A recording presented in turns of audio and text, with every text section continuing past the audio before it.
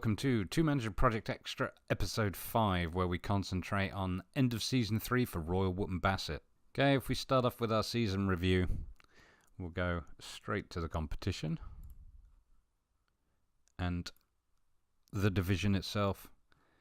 Yeah, we did pretty well. I mean, that's domination, for want of a better phrase. We did have a few losses, but most of those were a little bit towards the end. But yeah, I couldn't be happier. I feel like due to maybe the fault/bug in this modification that, well, that division wasn't as strong as it should have been, perhaps. But nevertheless, we've won it and we're going up. That's really all that matters. So we'll be in a regional premier. I guess a regional premier south of some kind, putting us one level below the Vanarama, which of course Halesowen have just been promoted to. Royal Wootton Bassett had been expected to struggle for much of the season and find themselves entrenched at the bottom of the standings, but defied all odds by remarkably finishing top of the pile and claiming an unlikely title. It was a superb season for Royal Wootton Bassett, who exceeded expectations throughout the campaign and claimed a deserved title. Apparently, Goal said that, the Goal magazine, I guess. So our match of the season apparently was our 4-1 win away against Portchester. I honestly don't remember it, but looks like we did all right. Somebody got injured? Oh no, it was Hodges' own goal. So yeah, that's nice. And our moment to forget, of course, was the 3-0 loss to Winchester. I remember that one, unfortunately, too. Average attendance 130, which is 6% full. Means we've got space for more, which hopefully we're going to get more. We used 35 players, which is the joint highest for Division 1 South. So if you take a look at the confidence review, well, I think that's 100%. They're very happy. To summarise, the board feel you were doing an unbelievable job and you clearly are putting a smile on the face of every single supporter. So, well, you know, it's promotion. It's the highest we've ever been. Again, major highlight, the control of the wage budget. I was quite pleased with that. That did work out all right. Disappointed the lack of goals scored from set pieces. It did drop off, but I mean, Hetsky kind of helped with that, and Denby used to score a few, but then, I don't know, he hit an iffy bit of form and was replaced for the most part by Carr. But so anyway, pleased with competitions, pleased with the club stature, disappointed at the philosophies this year. They were pleased last year. Pleased with the dressing room atmosphere. Very pleased with the finances, which they weren't last year. Happy with the matches, 67%. Happy with the transfers. Not that happy with the tactics. I guess that's because of how things went towards the end there. Okay, we're going to take a look at the best 11. We'll take a look for this season's best 11. Fisher and Corkery up front, not too surprising. I mean, Corkery had an astounding season, 27 goals in 35 games, 7 assists. 10 Player of the Match awards. Still considered to be a little bit inconsistent, but, you know, well, fans love him. And he and I are close, apparently, still, which is good. Fisher, you were fabulous also. In terms of making a step up, I don't know if you're coming with us or not, or whether you're just going to be a backup, but to be honest with you, I've got to see how you play in the next division, because 22 goals in 31 appearances, that's pretty serious. And again, all part of why we dominated, to be honest, was more than anything else the number of goals we scored, I think. So he's still going to be there. Garner, of course. We can look on the list over here. Yeah. 39 appearances, 9 goals, 7.24. I mean, everybody, in terms of the first best 11, over 7. The closest being to just 7 was good old Charlie Barker there. The fastest man on the right. But yeah, I mean, again, just a very, very much a dominant season from everybody. It's nice to see Denby in there with Carr. I'm kind of surprised that Farrell's not in there, to be honest with you, because he was on 7. But yeah, Denby had a good season. If we look now at the overall, Corkery and Fisher are still up there, because obviously I would say, yeah, well, no. Yeah, overall, Fisher and Corkery, probably based on this season. Barker, Lee Hendry's still there, Denby and Garner. Barker and Garner, of course, in this season's. Denby from this season's and possibly the season before. Yeah. Well, for every season, Denby has been there. Denby in the overall. But it's nice to see Lee Hendry still standing proud in the overall best 11. I don't know if that means that I need to work at finding a better midfielder, but I mean, look at this season, 37 games, 7.56 rating average. I don't know why I couldn't get him to do another season. Looking at the back, Smalley, of course, who's always been there, I think. Yeah, Smalley has always been there. But Kabani, it's nice to see him arrive, and Knott, who was in the 1920, but not in the last one. So nice to see him still in the overall. And of course, Pursehouse, who also has been ever present. Okay, if we have a look at the end of season awards, we know obviously the team of the season already, but Corkery, 69% fans player of the year, with Fisher in second and Fraser Garner in third. But yeah, pretty much 70% for Nathan Corkery. Goal of the season is Tom Fisher's against Cogsall on the 20th of February. Let's have a look. We were at home, which is nice. Todd with the goal kick. Nice long ball forward. Right in front of Fisher. I remember this one. Boom on the volley. Look at that. Fabulous goal. It's not surprising that's goal of the season. Little bounce and just shoots it. No, that's fine. Signing of the season, Nathan Corkery free from Oadby. And young player of the season, Nathan Corkery, at 24 years old. Take a quick look now at the injury report. Chris Hetzke has been sidelined the most. Yeah, and that was a pretty serious injury for him, to be fair. And he did miss, 6 months. So, not a lot you can say. That doesn't make him injury prone to me. There hasn't been that many injuries, and most of them have been knocks. I say that. Broken ribs is pretty bad, and ligaments and groin strain aren't nice, but twisted ankle downwards, it's, cuts and bruises, basically. So, I'm not too upset. It's just a real shame for poor old Chris. We hope he bounces back. If we take a quick look over the dynamics, team cohesion's good. That's certainly been a big part of why this season was so successful, though I imagine it has gone down a little bit, because clearly dressing room atmosphere has, because look at that. Lost. Wasn't great form towards the end of the season, but people are all still happy. They're all happy with me as the manager, but in terms of the social groups, it's not. It's quite a good team, I guess, in the fact that we have the core social group so big and so few of them are outside of it, which is great. Mr. Worrell, he hasn't fit in yet, but he's only been here 5 minutes, so I'm not concerned about that at all. If we have a look at the hierarchy, we still don't have technically any team leaders, but our captain and our vice captain, Knott and Pursehouse, are still under the highly influential players. The only downside with that, of course, is that there is a small but realistic chance that both of them might not be here next season, which I will go into later in great detail. But yeah, other than that, it's all pretty good. Okay, time to take a dive into the Bassett squad and see where we're going. First and foremost, Todd. Lewis Todd, our new goalkeeper at the start of the season. 2.5 stars current ability, 5-star potential. He's been great. I mean, he's conceded 41 in 34 appearances, which might seem like a lot, but he has managed 12 clean sheets, which is, pretty serious, and average rating of over 7. I mean, again, helps to have a good defence in front of you, but I've seen a couple of matches where he was just brilliant, just absolutely brilliant, and helped to score the points. So I'm very pleased with how he's done.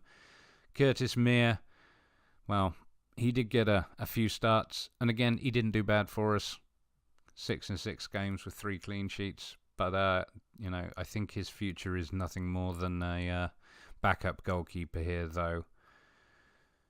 Kind of depends what we're doing in the closed season and what comes up. Todd, as it stands, will be first choice next season. But if somebody happens to come across my desk, bearing in mind I'm not specifically looking for a goalkeeper who makes Todd look like a backup goalkeeper, then that might be the way to go. Evans Roy Hanley, he's product of the youth setup. I don't think he's really played any games for us yet. So he's just there as third string and seems to be not completely unhappy about it. Maybe that's due to a lack of determination, who knows. But whether or not some of these people will survive the move up, we'll see. Pershaus, again, I talked at the start of this season that I was going to replace him. But look, he's been stunning. He's been fabulous this season. He's in his prime now. He was consistent, I would say. So I'm certainly not getting rid of him. But again, if we get a stronger option back there as a wing back, we'll see. But I do want to see how he plays in the division up, because again, if he has another season of that quality, you know, it would just prove that the whole 2-star, 3-star thing is not necessarily always true, as everybody says. Kabani, he's been solid. Fabulous signing. I mean, I don't think he missed a game, did he? Necessarily. But or if he did, he didn't miss many. But yeah. That's nice. 7.26 average rating. Very, very happy with how he played and how he's done. Again, I think he was pretty consistent as well. Will Smith, product of the youth team again. He's been with us. I think he was here from the start, to be fair, but he shows promise. I'll say that much. Again, we'll see if he makes a step up or not. Smalley we know about. Smalley, as long as he stays, because probably every week somebody wants to sign him, he'll still be with us. He's having a bit of a decline here, but something else I'm going to be looking into with the move up is maybe, just maybe, seeing if I can do anything else with the staff, but we'll see. Remy not. Well, Remy didn't play a lot this season. And he did alright when he was called upon, but I'm not sure how long he's got left at the club as anything other than a, third choice, really, central defender, which, he's competing with youth team players at that point. Problem is the fans love him, so it would be kind of sad to see him go, but he does have poor technique. And he's not really quality enough. What sort of, where is he? Is he on a proper contract? No, he's not, so that's handy. I feel terrible, but he might just have to go. I might just have to make a decision. It's the same with Pershaus, though. I think I should hold on to them until I find somebody better. Dan Collins, well, he's done well. No question. Not a lot to say other than, thank you for your service, mate. He's been pretty reliable, I believe. Let's check out. I know he's considered inconsistent. But, yeah, 2.5 stars as a second choice centre-half, which means, first choice for one of the positions. Well, it's not ideal, so obviously the back four needs strengthened up with Kabani at the heart of it. Demby, he had a good season. He kind of got left out towards the end of it there, which I think actually was probably a mistake on my part, but nevertheless, he did well for free kicks, weirdly, considering his ability, and his not great long shots. But we'll see. He's been with us a while. He's always been in team of the season. If we just take a look here. Yeah, look at that. Always over 7. He's had his best season so far, I would say, even though he played the least number of games, because, of course, he scored 8 goals. But just goes to show there's a bit more competition in that central midfield this season. Charlie Barker, just been fabulous, of course. My only problem with Charlie Barker, of course, is that he doesn't really have any technical skills. And his mentals aren't exactly, fantastic. The thing that I don't get, every now and again, he shows these fabulous streaks of flair, and yet he has a flair of 1. I don't know. But, yeah, he'll be here next season. I don't know. I'm not looking to replace him. Liam Wales, of course, is his understudy. I don't think he's going to be here. He wasn't getting the games. His potential ability is no longer 4 stars or whatever it was last time we looked at him. So he's going to be moving on, and I think now is the time. Goodbye, Mr. Liam Wales, and thank you for your service. Okay, Mark Hickman, product of the youth team. He only made a few appearances this season, but didn't do bad. Still a good teamwork, still a good work rate. He'll be sticking around, and I think playing a backup role, possibly getting more first team football this season, we'll see. But Fraser Garner, of course, our other winger, nice and young, no technical skills, not great mentals. Physicals aren't fantastic either, but he's fairly quick. But again, had a great season. Always took our penalties, which with that low score I'm surprised at, but scored most of them. I think last time I complained about his not missing one, or stated he actually did miss one, but never mind. How's he done now for, well, that's 2 seasons, where he's got over 7. Yeah, I mean, he's scored a number of goals, but he's assisted a lot more this season than he did last season, so obviously that's an improvement in his performance, or certainly team cohesion as well. So yeah, I mean, the thing is, with both him and Gardner, you know, especially playing the wing play, I kind of rely on these guys a bit, and they've performed fabulously this season, but as I move further up, I need to be looking at more skillful players, I think. Joel Headley, product of the youth team, has not had a start all season, but I moved him up to give him a try. He might have a future, but I do think that I need to put him back in the right team. Where is he? Let's put him in the under-18s. Okay, Tom Whelan. Tom barely played, bless him, and I know he was keen to get a bit more football at one point. He was at Bicester. He didn't do bad for them. Well, he didn't do great for them, actually, judging by that. And then he actually came to us on a free as a backup player, and again, didn't actually play that badly when called upon. He's had more appearances this year, and even got a Player of the Match award, which was, I think, when he scored one of those goals. But again, not really justifying being around, I guess, especially as Denby may be pushed down the pecking order. See, the problem is he's got good potential, but a bit of a skill issue again. Okay, Liam Carr. Well, he was on loan with us for a season, and I think we signed him, if memory serves. Yeah, there we go. He's been solid. Can't fault him, really. Good physicals, beginning of good mentals, and, you know, basically no technical skills other than a decent passing for this level, I suggest. But I don't know how much he's going to improve, in all honesty. Jamie Farrell, same story with him. He had a stormer of a season. Well, he had a good season. 28 games, over 7.0 average. Again, good leadership.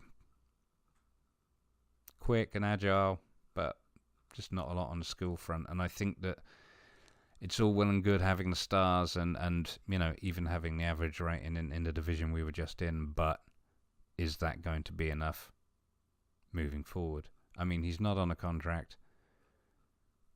I don't have to give him a new one necessarily, but I do need to spend some time looking at who's out there and who's going to, you know, give us that edge in the next division. Poor old injured Corkery. 3 to 5 weeks. At least it's the end of the season. He'll be here next season, providing nothing crazy happens with this silly injury. But yeah, he's had a stormer, no question about it. But again, other than his first touch, lacks a little bit in the skills, lacks a bit in the mentals, just has good physicals. But as long as he keeps scoring, we'll keep playing him. Overview. Dynamics. Yeah, we're very close, he and I. And I do have a strong suspicion. I don't think he's got the mental capability for it, unfortunately, no. I'd love to make him captain, because he is influential, but is he still considered? I think I already looked at this, yeah. Still considered inconsistent, which is a shame. Tom Fisher, of course, I've already talked a little bit about him. I'm not going to move him along. He's going to stay, but I don't know if there's any new contract coming his way, to be honest with you. I kind of need to see how he plays.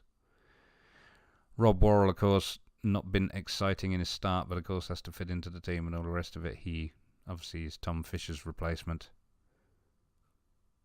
Should be a corker, but we'll find out. Matthew Harris, bless him, I don't think he's going to be sticking around.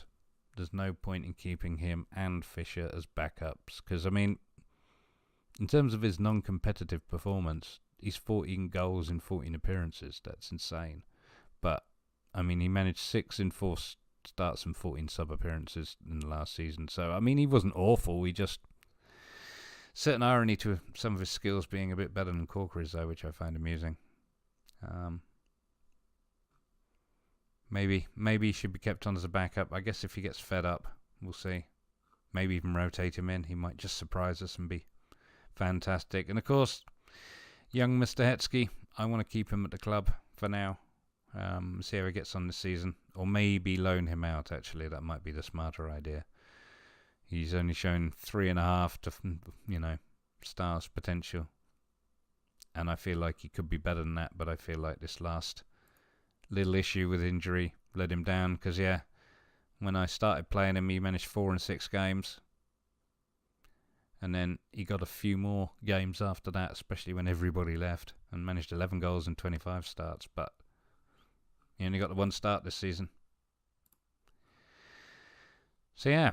Now, if we take a quick look at the under-23s, I don't think there's anything much to write home about. Well, we know about Hanley, anyway. I think most of these are just people available. We've got some good potential. Anything that's really under 4 stars, I'm gonna ditch. Except for Hetsky. That sounds terrible. I think the ones I'm not going to play need to go as well. Because Handley looks like he's handy, but I don't think he wants to play as a left winger. Unless I overhaul Bassett's formation and such like, which I don't think I want to do. See, the thing is, he keeps bringing in good youth players, but I wish he followed my tactics. I mean, look at that. Our under-18 squad is fabulous. Again, I might drop a few of these youngsters down here, but yeah, maybe from there down. But I mean, look at that. That's a lot of potential to have swimming along. Hendricks has been out on loan somewhere and not done too badly, to be fair. Unfortunately, he does play in a position we don't play, but never mind. So if we take a quick look at the team report, yeah, we don't have a lot of quality depth. We're doing it again. If we go down to the 2 stars, that looks a little bit better. Yeah. It's not ideal. Really, really isn't. So, definitely central defence to strengthen. Going to be looking for a right wing back. I'm also going to be looking for a left wing back. I said this before. I don't think Grey Goose is going to be hanging around, and I think that Smalley doesn't want to be a wing back. Keepers, depends if somebody comes across my desk. It's not as high priority as a centre half. And I still think we maybe need some strength in central midfield, with Farrell only being 2.5 stars. Carr only being 2.5 stars. And Denby only being 2 stars. We need a star. Oh, and look, Hickman, 2 stars. We need a star, like a 5-star or a 4-star star for the middle here. And the wings are the wings. No depth, as always, but these guys have been solid. So, again, keep my eyes peeled for something spectacular, but these guys are first choice at the moment. Okay, if you enjoyed that, please do give us a thumbs up and subscribe for more Football Manager videos. Coming up after this, the Hales Owen edition.